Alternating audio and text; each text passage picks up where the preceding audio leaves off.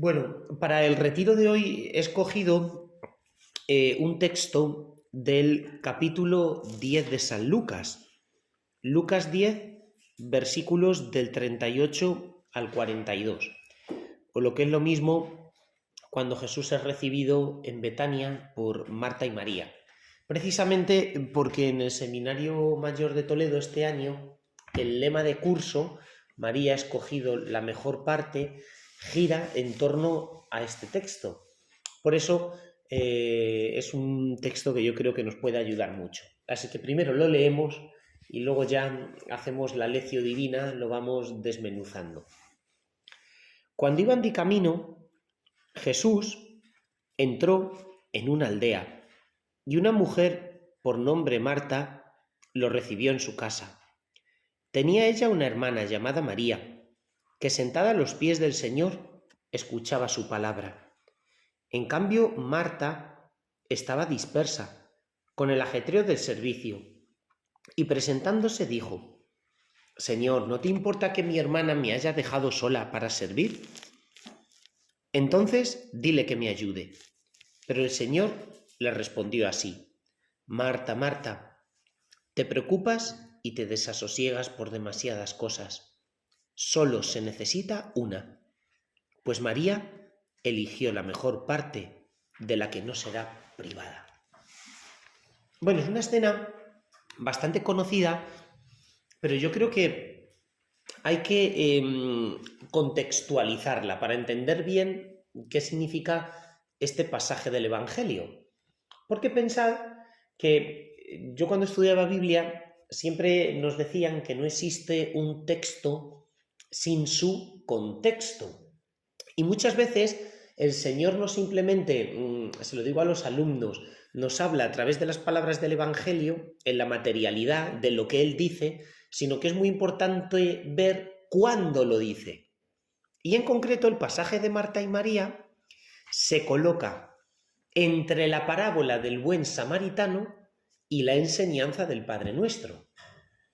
Y yo creo que eso es muy sugestivo. O sea, en el Evangelio no simplemente decía San Jerónimo está revelado lo que Dios dice, sino que el propio orden de las palabras, dice San Jerónimo, también está revelado. Es decir, el Evangelio tiene una estructura y la propia estructura habla.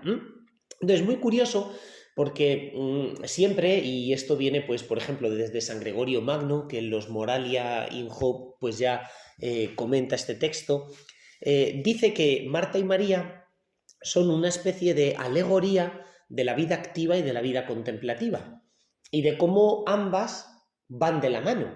Pero es que si vemos los textos que rodean este Evangelio, antes viene la parábola del buen samaritano, donde el Señor nos exhorta ¿a qué? A practicar la misericordia, a dejarnos la piel por los demás, sirviendo a los demás.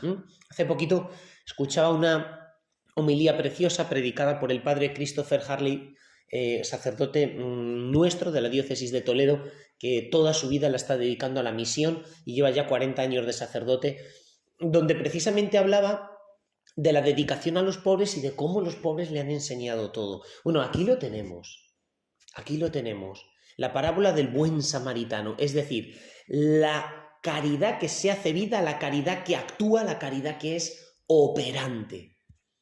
Pero a continuación, la siguiente escena de Marta y María es la enseñanza del Padre Nuestro, cuando llegan los discípulos y le dicen: Juan enseñaba a rezar a sus discípulos, Juan el Bautista, enséñanos tú a rezar, Señor.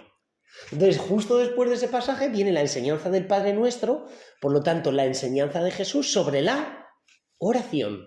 Entonces, vemos cómo se junta vida activa, parábola del buen samaritano, enseñanza de Jesús en la oración. Y en el centro, Jesús es recibido en casa de Marta y María. Una representa la vida activa y otra representa a la oración, la contemplación. ¿Veis? Por eso nos tenemos que dar cuenta de qué auténtica maravilla es la estructura del Evangelio, porque la propia estructura tiene un significado teológico muy potente, porque lo que antecede y lo que sigue están relacionados con lo que ahora mismo vamos a leer. Iba Jesús de camino y entra en una aldea. ¿Dónde está Betania? Betania está a unos 6 kilómetros de Jerusalén. En la ladera del Monte de los Olivos que cae hacia la parte este. El Monte de los Olivos es una montaña alta. Al pie del Monte de los Olivos está Jerusalén. Pero si cruzamos el Monte de los Olivos, si volcamos de alguna forma el Monte de los Olivos, al otro lado está Betania. Betania viene de una etimología, no está clara, puede ser Bet Ani, es decir, casa de los pobres, o puede ser Bet Oni, casa de dolor, casa de sufrimiento. Oni en hebreo es sufrimiento. El hebreo, igual que el árabe, se escribe sin vocales, lo cual luego tiene su dificultad para rastrear todo este tipo de significados. Betani, Betoní, casa de sufrimiento, casa de los pobres. Pero de alguna forma ambos significados se iluminan. En Betania tenemos a Lázaro, tenemos el sufrimiento por la pérdida del amigo, tenemos el sufrimiento porque Jesús está en Betania y va a Jerusalén a vivir su pasión. Pero también, por otro lado, casa de los pobres. En el Evangelio de San Lucas es tan importante la pobreza de espíritu para recibir al Señor, que la propia expresión casa de los pobres es muy significativa. Bueno, a continuación, dice, entró en una aldea y una mujer por nombre Marta le recibió. El verbo recibir en el Evangelio de San Lucas es importantísimo. Es un verbo que en griego es prosdechomai. Y digo que es importantísimo porque, por ejemplo, una escena típica del Evangelio de San Lucas es la conversión de Zaqueo. ¿Qué hace Zaqueo? Recibir, prosdechomai, a Cristo en su casa. Pero si nos vamos a la infancia de Jesús, resulta que no les recibieron en la posada. Pero cuando llevan a Jesús al templo de Jerusalén para la purificación de María, lo que recordamos en el cuarto misterio gozoso, dice que en el templo estaba Simeón y Ana. Y el anciano Simeón dice que toma al niño en brazos de María, ¿verdad? Bueno, la palabra propia es recibió en brazos al niño. Porque el verbo recibir en el Evangelio de San Lucas está cargadísimo de significado teológico. ¿Qué es recibir? Fijaos, en el mundo vivimos una batalla descomunal entre el bien y el mal. Y al final todo se libra en si yo recibo a Cristo o yo rechazo a Cristo.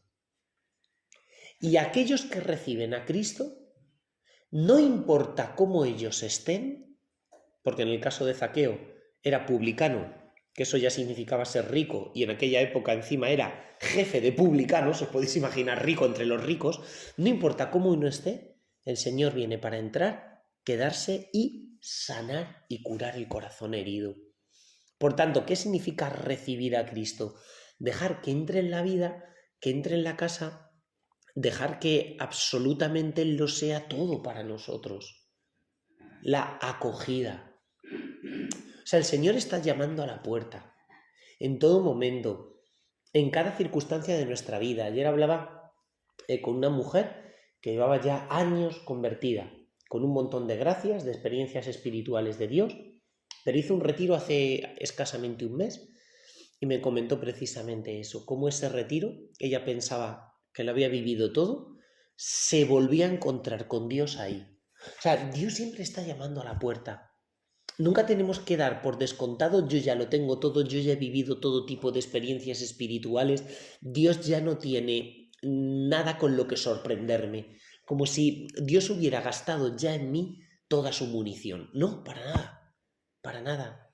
¿Y en qué consiste la vida espiritual?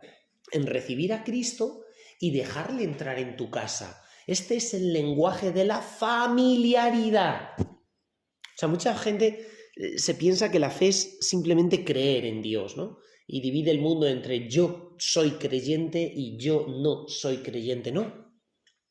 La fe es, por supuesto, creer en Dios, pero la fe es la familiaridad con Cristo. Y es a lo que nos está llamando este Evangelio. Dice, tenía ella una hermana llamada María, que sentada a los pies del Señor escuchaba su palabra. En primer lugar, es importante el nombre de la hermana, María. ¿Por qué? Hay algo bastante curioso. Si nosotros miramos el calendario de la Iglesia, tenemos una fiesta dedicada a Santa Marta de Betania, ¿verdad? ¿Pero hay alguna fiesta dedicada a María de Betania? Absolutamente no. ¿Por qué? Bueno, durante 2000 años de historia de la Iglesia, siempre se ha pensado que María de Betania era María Magdalena. ¿Y hay una fiesta dedicada a Santa María Magdalena? Sí. De hecho, el otro día me encontré con esta misma reflexión en Camino de Perfección de Santa Teresa, un libro de Santa Teresa, donde habla precisamente de la sanación espiritual que experimenta María Magdalena y de estar dispersa en las cosas del mundo, pasa a ser discípula de Jesús y estar sentada a los pies de Jesús. Esto, que para algunas personas puede resultar un poquito novedoso, en la Iglesia oriental no tienen absolutamente ninguna duda de ello.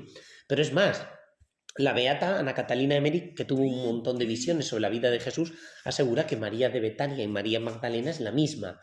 De hecho, ella lo explica de la siguiente forma.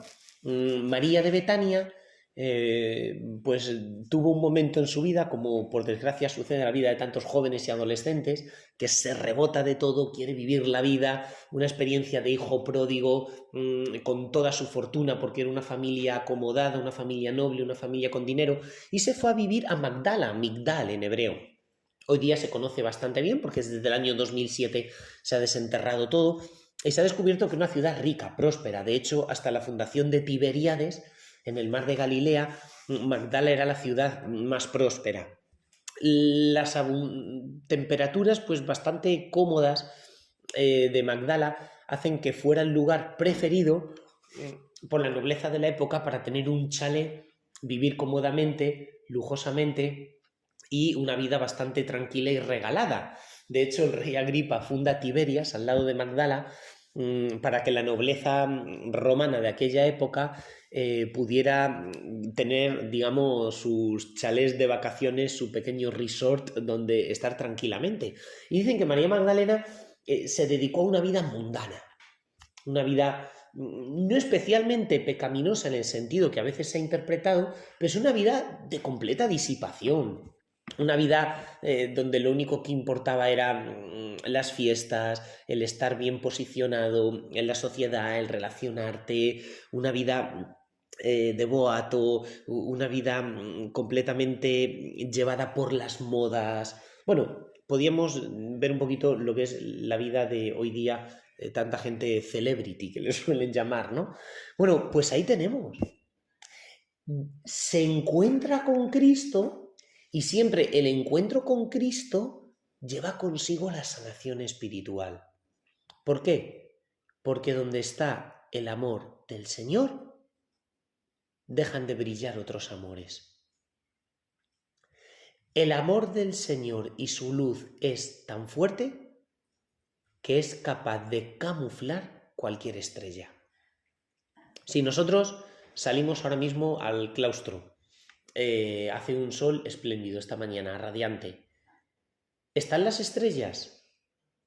Bueno, no, las estrellas están por la noche, pero realmente por el día sigue habiendo estrellas.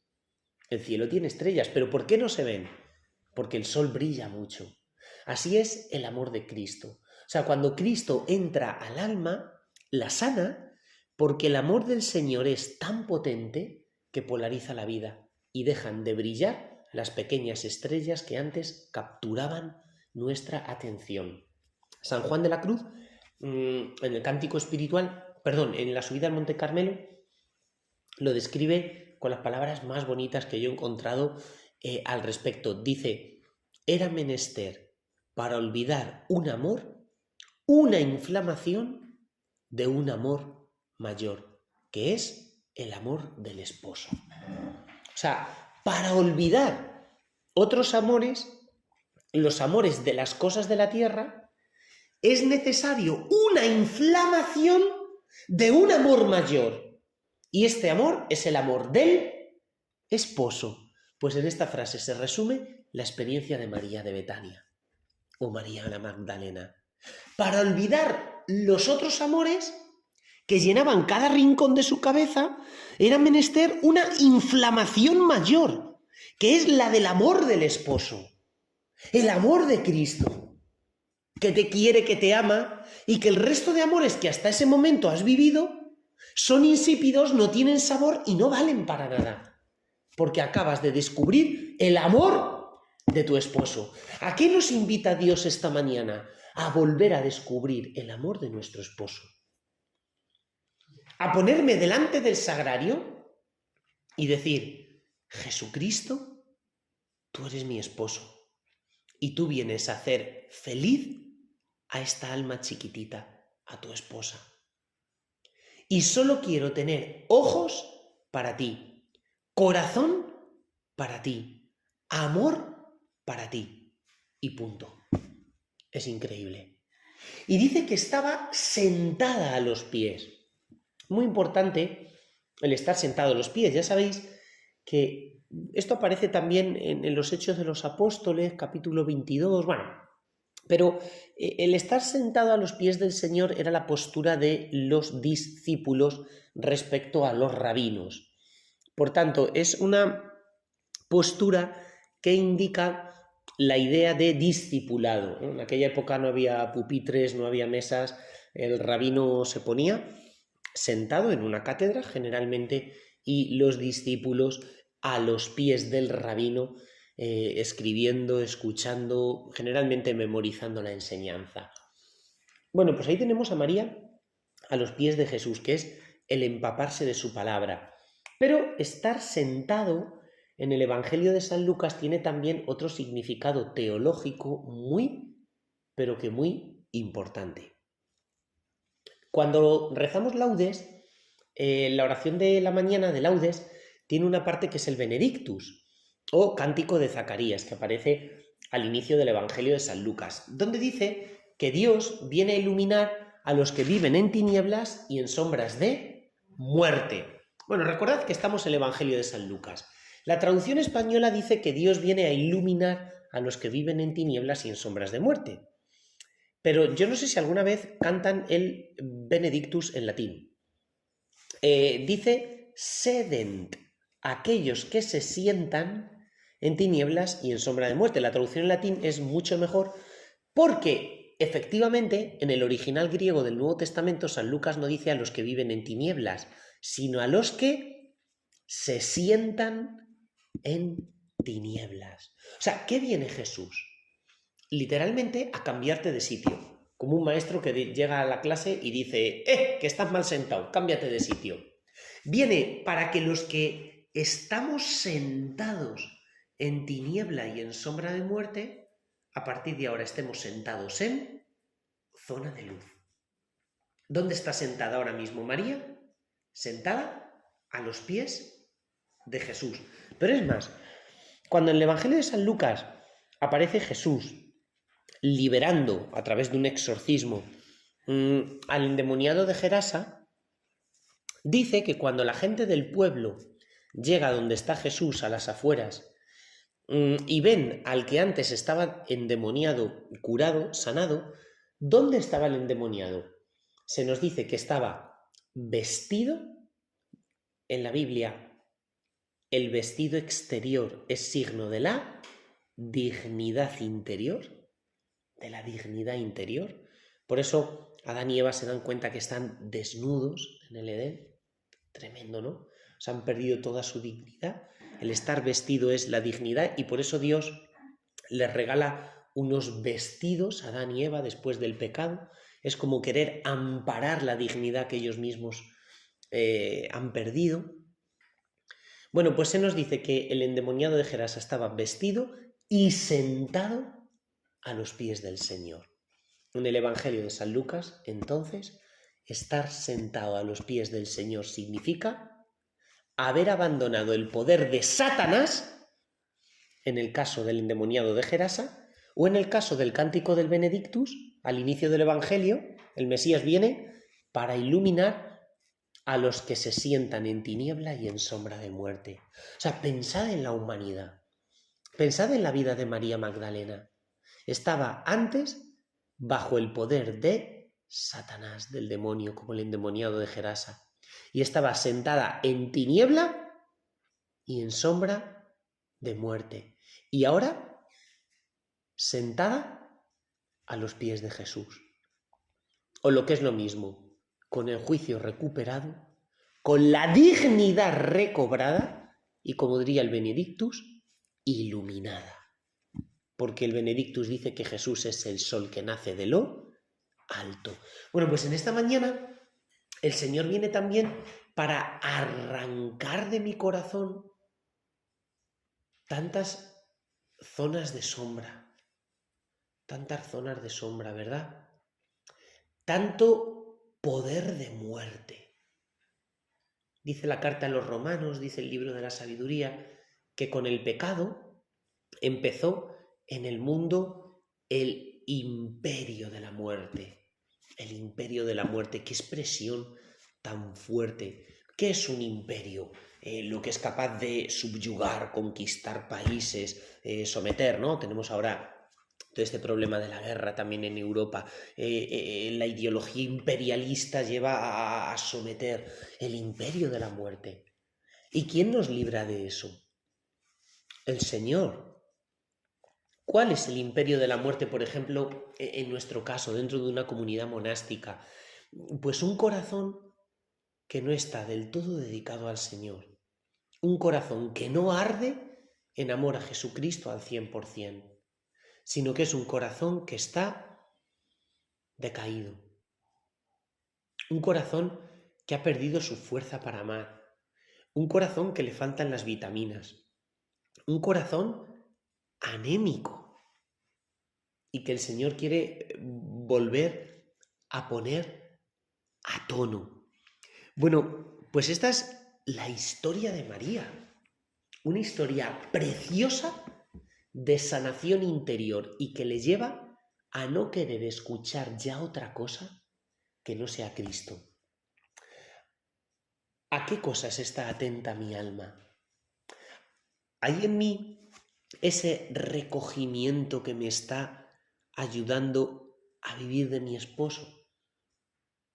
Esta mañana es para reenamorarnos.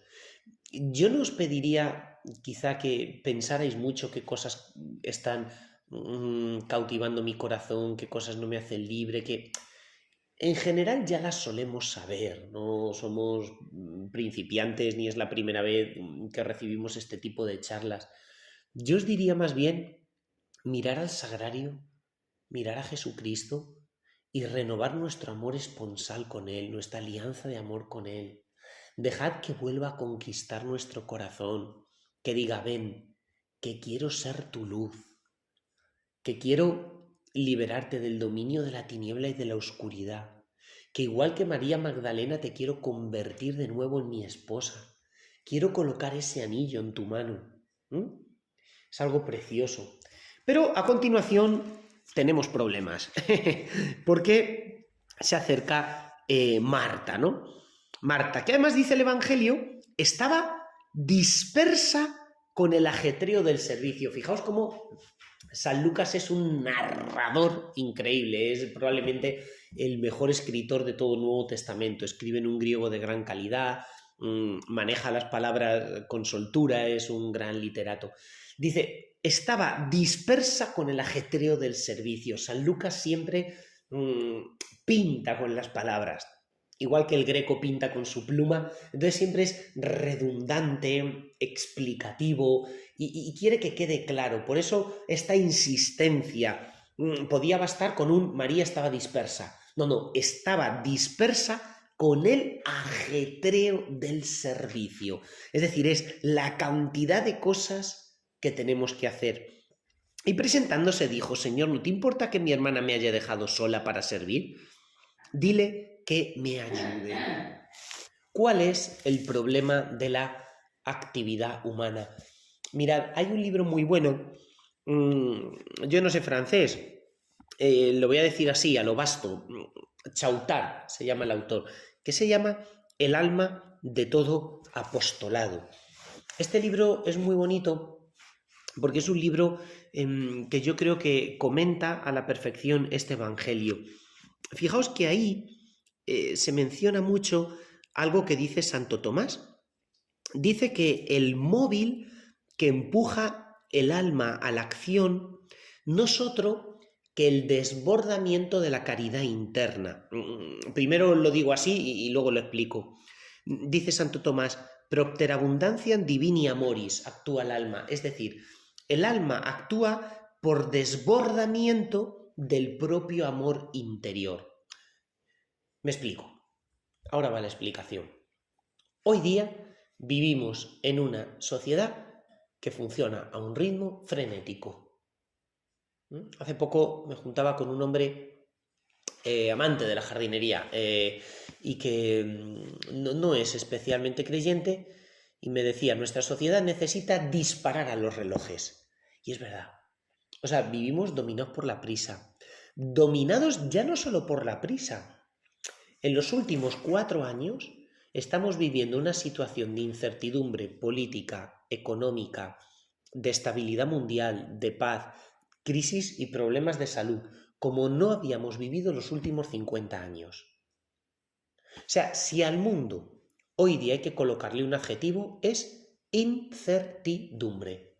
Con lo cual, ya no solo las prisas y el frenesí, sino el agobio y la angustia que como sociedad hoy día está generalizadísimo. De tal forma que estamos necesitando volver al Señor y centrar el corazón.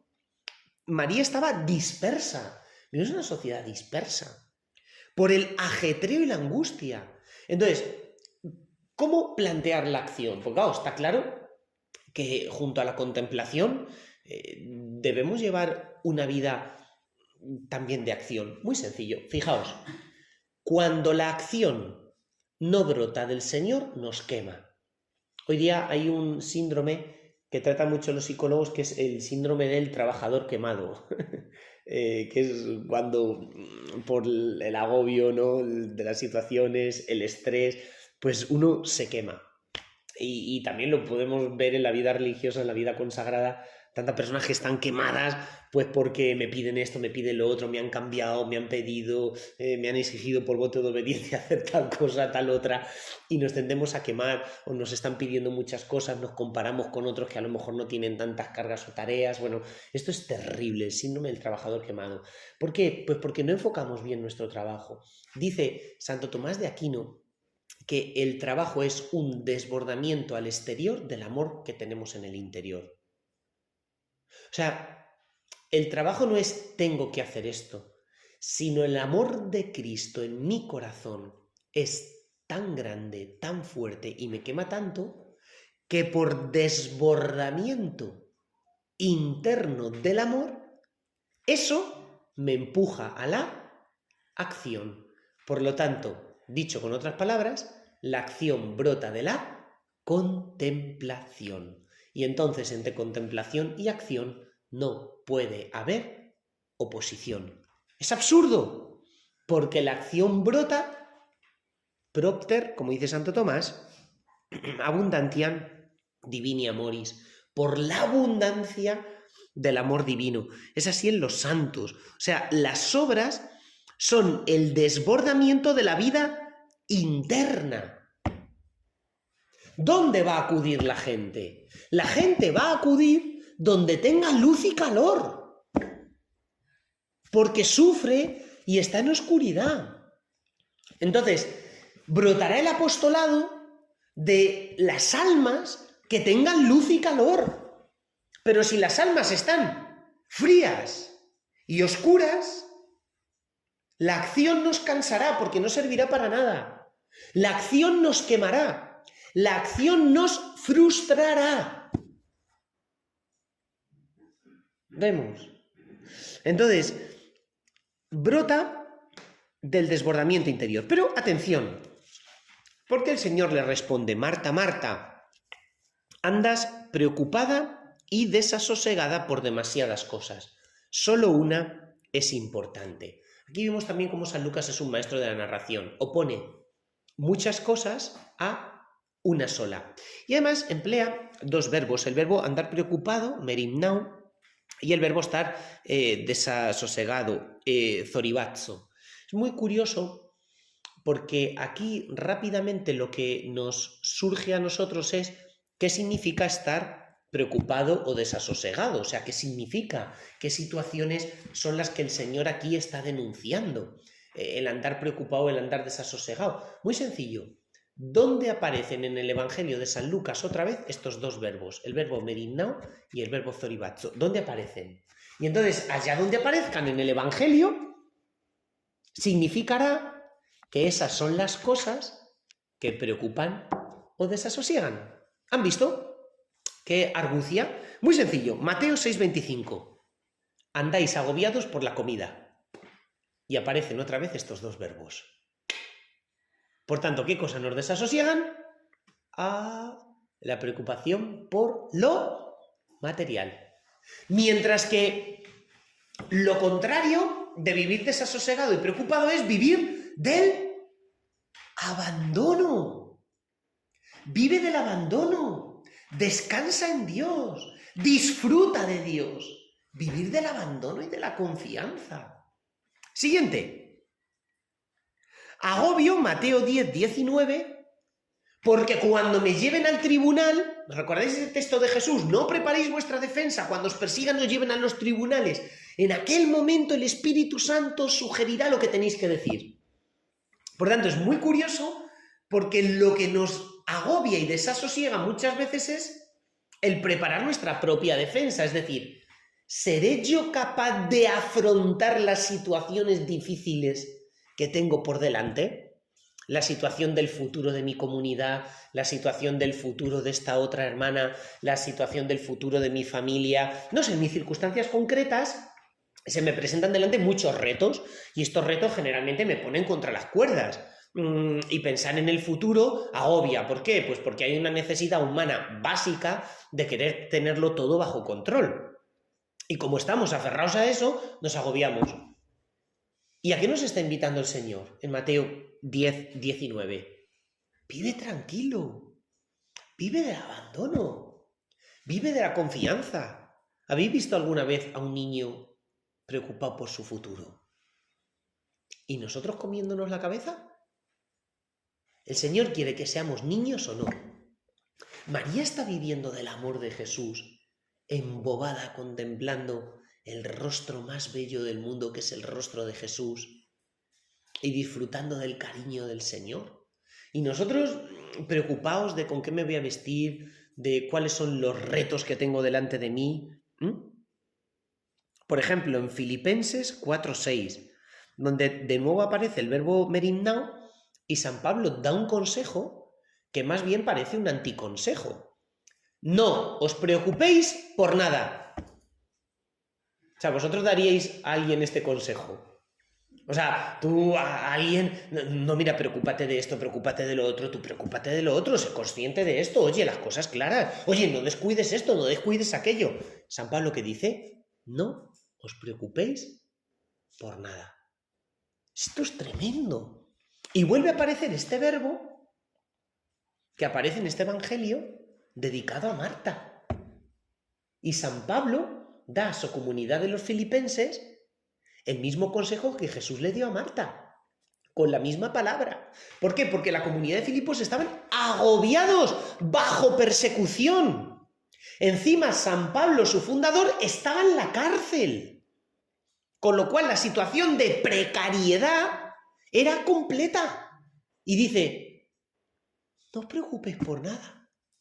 Pues preséntale a Dios tus situaciones de precariedad.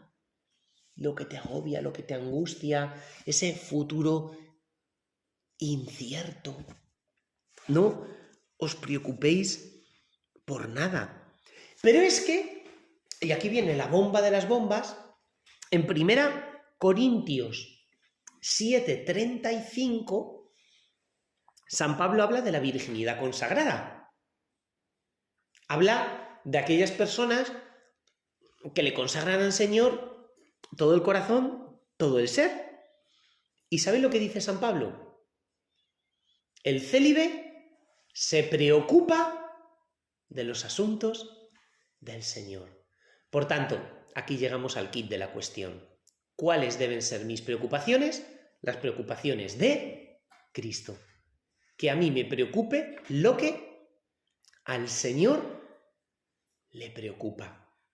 De tal forma que esta mañana es de descanso, de hacerle al Señor la lista de mis preocupaciones y decir, encárgate tú de esto y tú, Jesús, dime a mí lo que a ti te preocupa, que yo me voy a preocupar de lo que a ti te preocupa, no de mis preocupaciones. ¿Veis?